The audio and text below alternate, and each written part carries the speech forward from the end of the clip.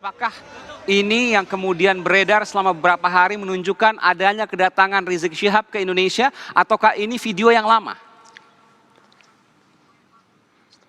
Jadi begini, yang pertama saya mau klarifikasi, 212 Desember besok bukan aksi, tapi reuni, ya, yang sudah berjalan yang ketiga kali.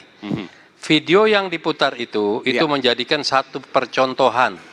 Di saat Habib Rizik Syihab, yaitu imam besar umat Islam yang menggemari beliau, yang menyenangi beliau, ya, bukan hanya imamnya FPI, itu hadir saja di acara di Masjid Ampel di Mekah, penyambutannya seperti begitu. Bayangkan kalau nanti Habib Rizik kembali ke Indonesia, bagaimana antusias penggemarnya, yang mengaguminya, yang menganggap sebagai muridnya dan lain sebagainya, pasti akan lebih meriah. Pak Yusuf, Anda belum menjawab dulu pertama saya jelaskan. Saya ingin bertanya, itu video kapan? Betulkah kemudian apa yang kemudian dihembuskan bahwa Rizik Syihab, Habib Rizik itu datang ke Indonesia? Sudah datang ke Indonesia? Sudah ada di Indonesia?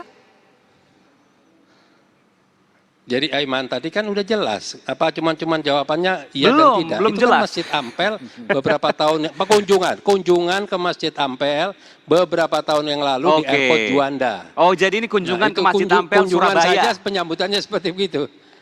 Iya, dapat undangan secara khusus dari Masjid Ampel Surabaya. Berarti baik, saya konfirmasi. Artinya reuni 212 yang akan digelar besok di Monas tanpa Habib Rizik.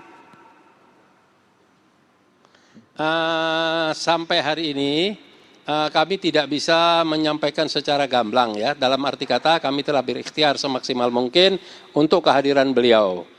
Paling tidak seandainya tidak sempat atau tidak memungkinkan hadir pada acara di reuni 212, tapi kita semua akan mendengar langsung secara live apa yang disampaikan oleh beliau dan bisa melihat wajah beliau. Itu yang saya sampaikan. Oke, jadi semacam video call lah seperti itu, ya?